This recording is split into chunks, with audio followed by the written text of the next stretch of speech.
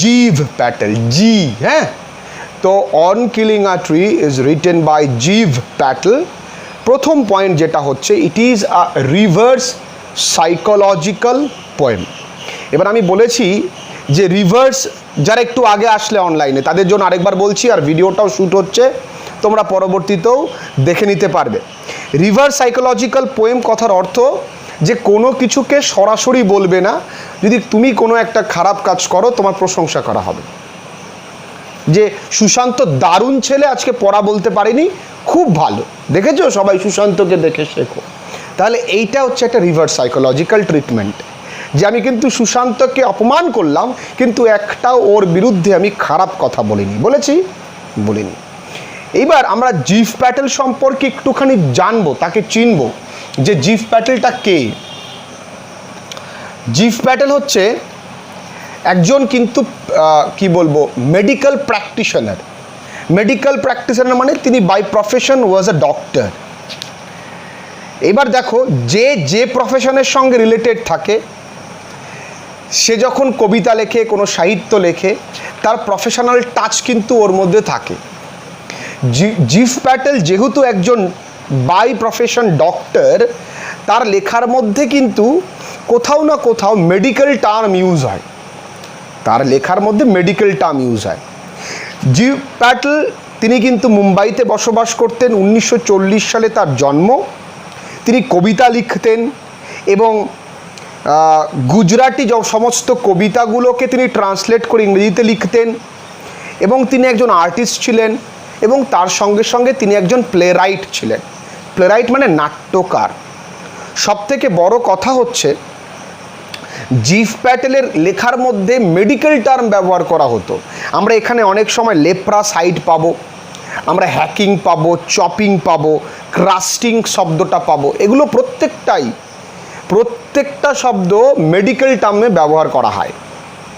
আর এই কবিতাটা তাহলে তার সম্পর্কে একটুখানি জানলাম, যে তিনি একজন বাই প্রফেশন একজন মেডিকেল প্র্যাকটিশনার, তিনি কবিতা লিখতেন, তিনি গুজরাটি সমস্ত কবিতাগুলোকে ইংরেজিতে ট্রান্সলেট করতেন, এবং এটা একটা রিভার্স সাইকোলজিক্যাল পোয়েম।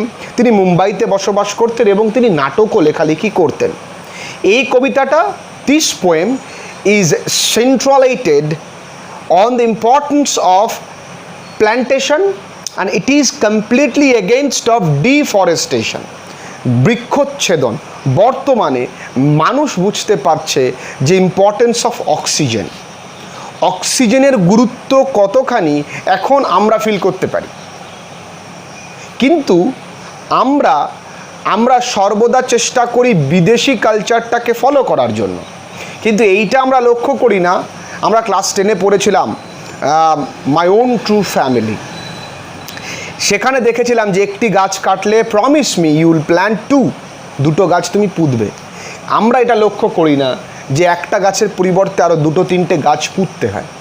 তুই বিদেশের কোনো গ্রামে যাবি, বিদেশের কোনো শহরে যাবি, সেখানে দেখবি শুধু সবুজতা আর সবুজতা, কারণ দে আর গিভিং এমফেসাইজমেন্ট টু ফরেস্টেশন।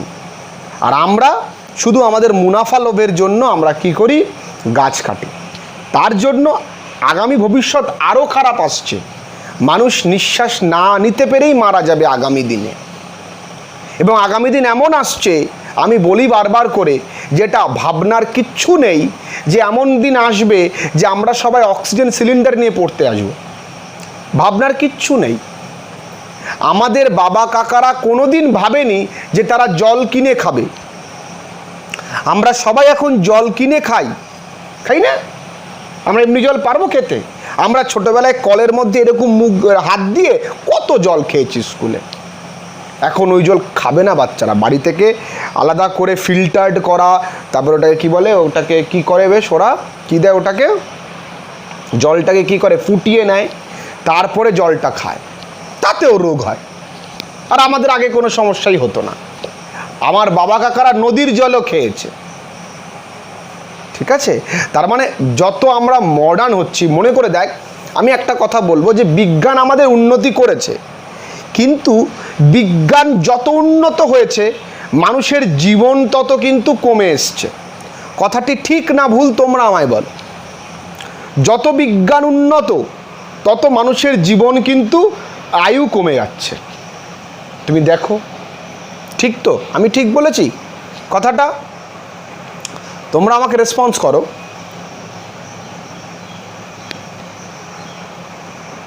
বিজ্ঞান এগিয়েছে, বিজ্ঞান উন্নত হয়েছে, কিন্তু মানুষের জীবন, তার জীবনের যে ব্যাপ্তি সেটা ধীরে ধীরে কমে আসতে শুরু করেছে। তো it is on the importance of forestations. এটা একটা বৃক্ষরোপণের গুরুত্বের ওপরে বলা হয়েছে, এবং এমনভাবে দেখানো হচ্ছে যে গাছ কাটা একটা সেরিমোনিয়াল টাস্ক। গাছ কাটা, আমি বলেছি রিভার্স সাইকোলজি, তিনি এমনভাবে বলবেন যে গাছ কেটে দারুণ আমরা ভালো কিছু করছি, হাততালি দিয়ে বোঝাবেন তিনি যে গাছ কাটা একটা সেরিমোনিয়াল টাস্ক। কিন্তু নয়। আমরা এবার কবিতায় চলে আসি। পুরো কবিতাটা বুঝে গেলাম আমরা কি বলতে চাইছে। পুরো কবিতায় গাছ কাটা খারাপ সেটা বলবে না, ইনডাইরেক্টলি বলবে। দেখি, বলছে ইট takes much time to kill a tree. আমরা একটুখানি প্রথম প্যারাটা পড়ে নেব। নট কীভাবে, কোথায় আমি থামছি, কোন জায়গায় আমি শুরু করছি সেটা দেখবে। কবিতা কিন্তু লাইন বাই লাইন পড়লে হবে না।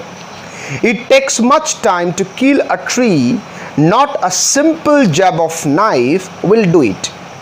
এখানে থামবো।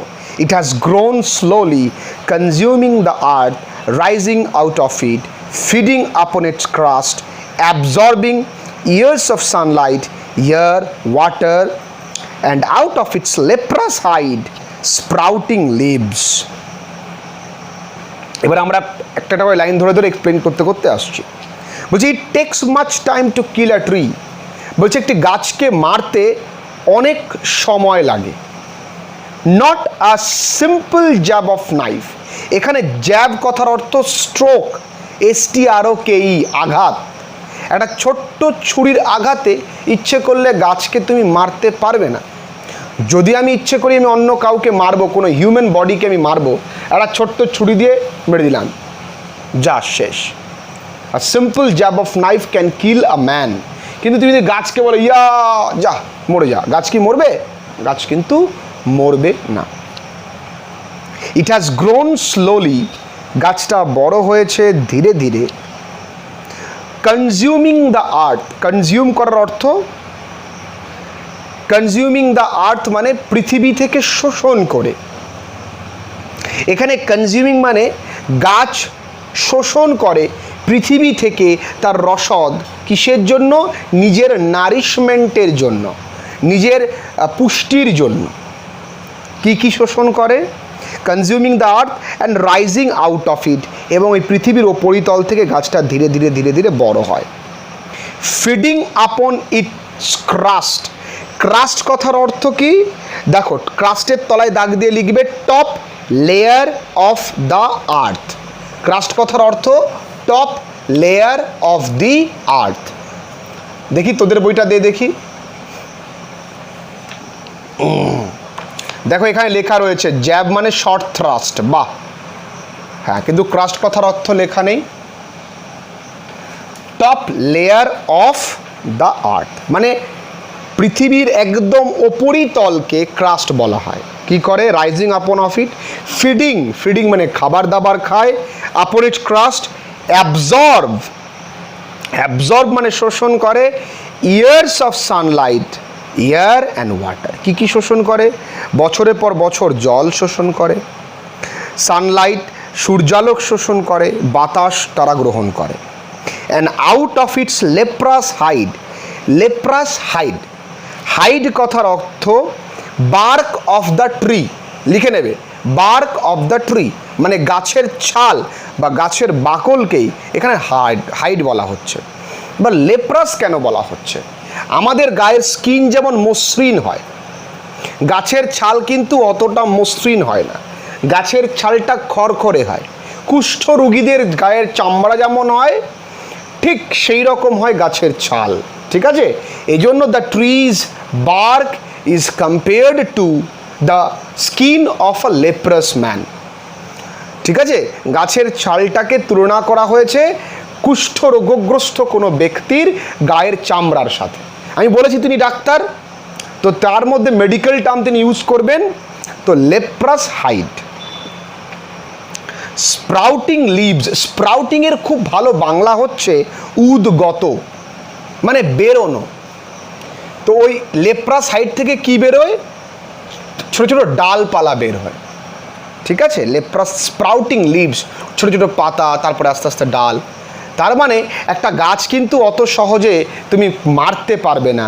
তুমি যদি চেষ্টা করো গাছকে ছুরির আঘাতে মেরে ফেলবে, এটা সোজা নয়। কারণ একটা গাছ ধীরে ধীরে পৃথিবীকে শোষণ করে, যেমন আমরা মাতৃদুগ্ধ পান করে বড় হই, গাছও কিন্তু, আমরা যেমন মাতৃদুগ্ধ পান করে পরবর্তীকালে মাকে ভুলে যাই, গাছ কিন্তু মায়ের সঙ্গে আঁকড়ে থাকে নিজেকে সারা জনম। মাতৃদুগ্ধ পান যেরকম আমরা করি, গাছও পৃথিবী মা থেকে কত কিছু শোষণ করে, পুরো পরিবেশ থেকে অনেক কিছু, ears of Sunlight, air, water, এগুলো শোষণ করে ধীরে ধীরে বড় হয়। তারপরে গাছের লেপ্রা সাইড থেকে পাতা বের হয়। আর তুমি ইচ্ছে করলে গাছকে খুন করে ফেলবে, হবে না বাপু, গাছকে খুন করা যাবে না, আমরা অন্য প্ল্যানিং করবো এবার, ঠিক আছে? এটা কিন্তু রিভার্স সাইকোলজিক্যালি বোঝাচ্ছে যে এইভাবে মারা যাবে না, ছুরি দিয়ে মারতে পারলাম না, আমরা এবার অন্যভাবে মারবো। চলো দেখি কি বলেছে। So hack and chop. দেখো, চপ মানে টুকরো টুকরো করে কাটা, হ্যাক মানে ঘ্যাচ করে কেটে দেওয়া। চপিং আমরা জানি টুকরো টুকরো করে কাটা, হ্যাক মানে ঘ্যাচ করে কেটে দেওয়া। But this alone won't do it, not so much pain will do it. The bleeding bark will heal, and from close to the ground will rise curled green twigs, miniature boughs, which if unchecked will expand again to former size. আবার একটু চাচ্ছি আমরা এগিয়ে, বলছে এবার কি আসছে? গাছকে মারতে হবে। আমাদের উদ্দেশ্য কি? গাছকে মারবো। প্রথমে ছুরি দিয়ে মেরে দেখলাম মরেনি, এবার কি করব? টুকরো টুকরো করে কাটবো, ঘ্যাচ ঘ্যাচ করে ডালপালাগুলো কাটবো। But this alone won't do it, এতেও কোনো কাজ হবে না। This alone won't do it, এটাকে ব্র্যাকেট করে লেখো নেগেটিভ সেন্টেন্স, এটাকে ব্র্যাকেট করে লেখো নেগেটিভ সেন্টেন্স। বলছে এতেও গাছটা না মরবে না। Not so much pain will do ইট, এত জ্বালা যন্ত্রণা, এত কষ্ট দিলাম, তাও মরলো না, মরবে না। The bleeding bark will heal, গাছ যখন, গাছের ডালপালা কাটা হয় সেখান থেকে রক্তক্ষরণ হয়। আমরা জানি যে গাছেরও প্রাণ আছে। এই কথাটি কে বলেছিলেন বলতে পারবে? আমাদের বাঙালি বিজ্ঞানী। কে বলেছিলেন? জগদীশ চন্দ্র বোস। তিনি যে মেশিনের দ্বারা দেখেছিলেন সেটাকে বলা হয় খুব সম্ভবত সিসমোগ্রাফ, আই গেস সো, ঠিক তো? হ্যাঁ, তো সিসকোগ্রাফ বা সিসমোগ্রাফ তিনি বলেছিলেন গাছেরও কিন্তু চলন গমন আছে, বা চলন আছে গমন নেই, আমি জানি না অত সায়েন্টিফিক্যালি। তার মানে মোদ্দা কথা, গাছেরও প্রাণ আছে। গাছকে কাটলে গাছও কষ্ট পায়, কিন্তু তারা এক্সপ্রেস করে না। তোমায় যেমন চিমটি কাটলে তুমি এক্সপ্রেস করো মাগো, তাই আমরা দ্বিতীয়বার তোমায় চিমটি কাটার আগে ভয় পাই। তাহলে গাছকে যখন কাটা হয় সেখান থেকে রক্তক্ষরণ হয়, রক্তক্ষরণ হলে সেইটা রক্তটা আবার অটোমেটিক হিল হয়ে যায়, প্রশমিত হয়ে যায়। ডাক্তার, আমরা তো গাছকে ডাক্তারখানায় নিয়ে যাই না যে একটু ব্যান্ডেজ করে দেন, সেলাই করে দেন। গাছকে কাটলে, গাছকে মারলে, গাছ মরে গেলে আমরা কষ্ট পাই না, আমরা সেলিব্রেট করি। আজকে যে গাছ কাটলে আমরা সেলিব্রেট করছি, কালকে সে গাছ হাসছে, বলছে সেলিব্রেট করো, কোনো ব্যাপার না। আমায় কেটে তোমরা তোমাদের মৃত্যুকে আরো এগিয়ে আনছো।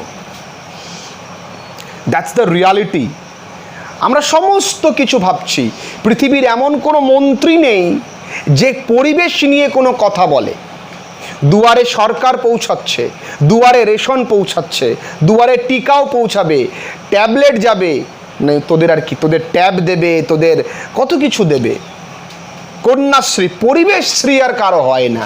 কোনোদিনও আমাদের পরিবেশের কিছু হবে না।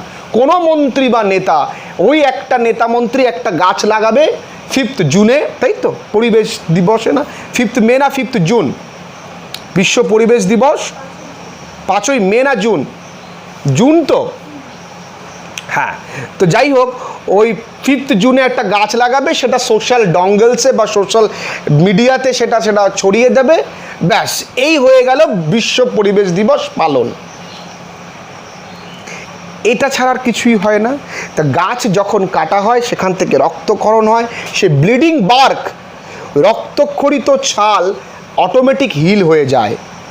And from close to the ground, যদি আমরা গাছটাকে একদম গোড়া থেকে কাটি, সে from close to the ground, যদি ধরো এইটা যদি আমি গোড়া ধরি, এখান থেকে গাছটা কাটলাম, যদি ক্লোজ টু দ্য গ্রাউন্ড কী হবে, উইল রাইজ কার্লড গ্রিন টুইগস, ছোট ছোট দেখবার পেঁচানো পেঁচানো কোকড়ানো ছোট ছোট ডালপালা তৈরি হয়।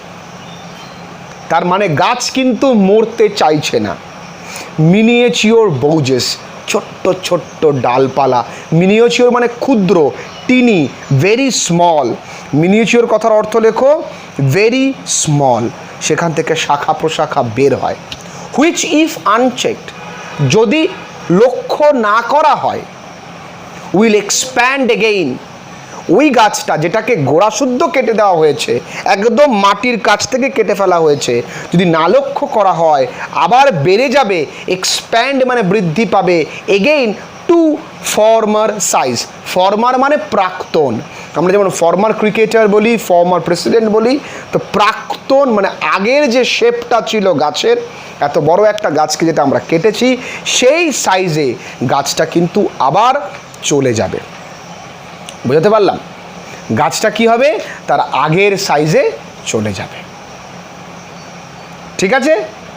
তারপরে no, the root is to be pulled out of the anchoring earth, it is to be roped, tied and pulled out, snapped out or pulled out entirely out from the earth cave, and the strength of the tree exposed, the source white and wet, the most sensitive hidden for years inside the earth. Then the matter of scorching and choking in sun and air, browning and hardening, twisting and withering, then it is done. আমরা বলেছি it's a river psychological poem.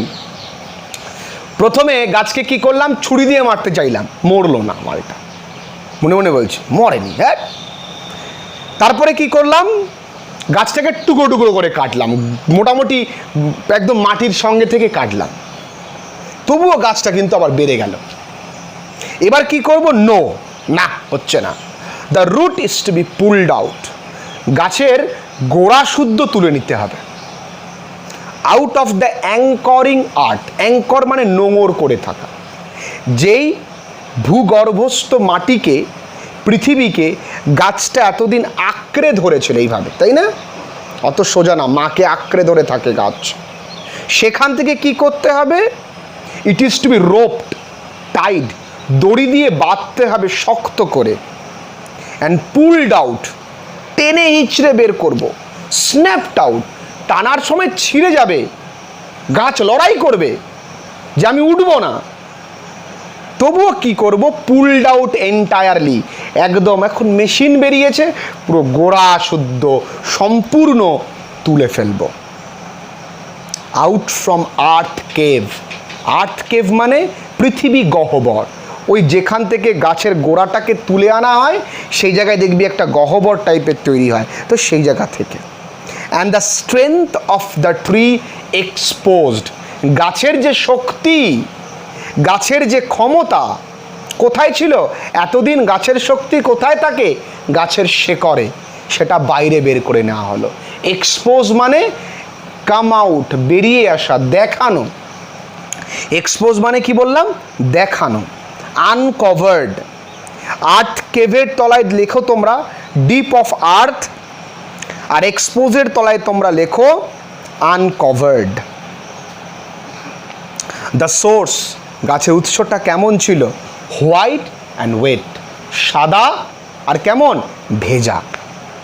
The most sensitive, সব থেকে বেশি হৃদয়স্পর্শী, সব থেকে কোমল জায়গা, যেটা লুকিয়ে ছিল আমাদের চোখের আড়ালে বছরের পর বছর, ইনসাইড দ্য আর্থ, পৃথিবী গহ্বরের মধ্যে, পৃথিবীর মধ্যে। বোঝা গেল? তার মানে গাছ এত ডালপালা কাটলাম, ছুরি দিয়ে মারলাম, মরেনি। এবার কি করেছি, গাছটাকে গোড়া শুদ্ধ তুলে আনলাম, তাও কিন্তু আমাদের মনপূর্ণ হলো না, মনের আশা আমাদের মেটেনি। এবার কি করব? Then the matter of scorching and choking. Scorching মানে রোদে পোড়ানো, প্রখর রোদে দেবী গাছ ফেলে রাখে, দেখেছিস? হ্যাঁ। আর কি করে? চোকিং করে। চোক মানে কি? শ্বাসরুদ্ধ করে মারা। যদি তোকে রোদে ফেলে রাখা হয়, জলে ডুবিয়ে রাখা হয়, তাহলে কি তুই শ্বাস আটকে মরে যাবি? তো তা গাছকে দেখবি, অনেক গাছকে জলে ডুবিয়ে রাখে, তাহলে শ্বাসরুদ্ধ করা হয়। গাছের মধ্যে সামান দেখবি, গাছ কেটে রাখার পরেও সেই ছাল বাকল থেকেও হালকা হালকা গাছ ওঠানোর চেষ্টা করে। গাছ চাইছে যে না, I will save the earth. তোমরা যে মর, তুই মর, তোকে মারবো, ছুরি দিয়ে মেরেছি মরিসনি, টুকরো টুকরো করে কেটেছি মরিসনি, তোকে গোড়া শুদ্ধ তুলবো, তাও তুই মরবি না, দাঁড়া, তোকে শ্বাসরোধ করে মেরে ফেলবো, তোকে রোদে জ্বালিয়ে পুড়িয়ে মারবো। Scorching and choking in sun and air, সূর্যালোক বাতাসে। ব্রাউনিং, সবুজ গাছটা ধীরে ধীরে বাদামি বর্ণ ধারণ করে। তাহলে আমরা কিন্তু একটা মৃত জিনিসের উপরে শুয়ে থাকি সবসময়, তাই না? কি সেটা? খাট, তাই না? ব্রাউনিং অ্যান্ড হার্ডনিং, শক্ত হয় গাছটা, আরও নরম, গাছটা শক্ত হয়। ব্রাউনিং, বাদামি বর্ণ ধারণ করে। Twisting and উইদারিং। টুইস্টিং মানে দেখো এখানে শেপ মানে বিভিন্ন আকার দেওয়া হয় গাছটাকে। আর উদারিং কথার অর্থ প্রাণ শক্তিহীন, মানে গাছের যে প্রাণ শক্তি ছিল সেটাকে নিয়ে নেওয়া হয়। দেন ইটস ডান, তারপরে যাক বাবা, এটা শেষ। তারপরে কি হয়? তো twisting and withering, then it is done. তারপরে কি হলো? গাছটাকে শেষমেশ মারতে পারলাম। এবার আমরা শান্তি পেলাম। এবার মানুষজন শান্তি পেয়েছে যে গাছকে ততদিন মারতে পারিনি, এবার গাছটাকে মারলাম, যাক ভালো হয়েছে। ক্লিয়ার? কোথাও কোনো প্রবলেম যদি থাকে তোমরা কমেন্ট করবে, তোমরা আমায় বলবে, ঠিক আছে? চলো পুরো কবিতাটা বললাম। অ্যাঙ্কর্ড মানে নোঙর। দেখো, অ্যাঙ্কর মানে নোঙর। যখন জাহাজ কোনো ডাঙায় দাঁড়াতে চায় তখন কি করে? নোঙর করে জাহাজটা। তো অ্যাঙ্কর কথার অর্থ নোঙর। যেমন ওই নোঙরটা দেখবা ছফলা হয়, সেটা সমুদ্রে ছুঁড়ে মারে, মাটির সঙ্গে আটকে রাখে। সেরকম গাছটাও কি করে? নিজেকে মাটির সঙ্গে আটকে রেখে দেয়। সো অ্যাঙ্কর্ড মানে তাই।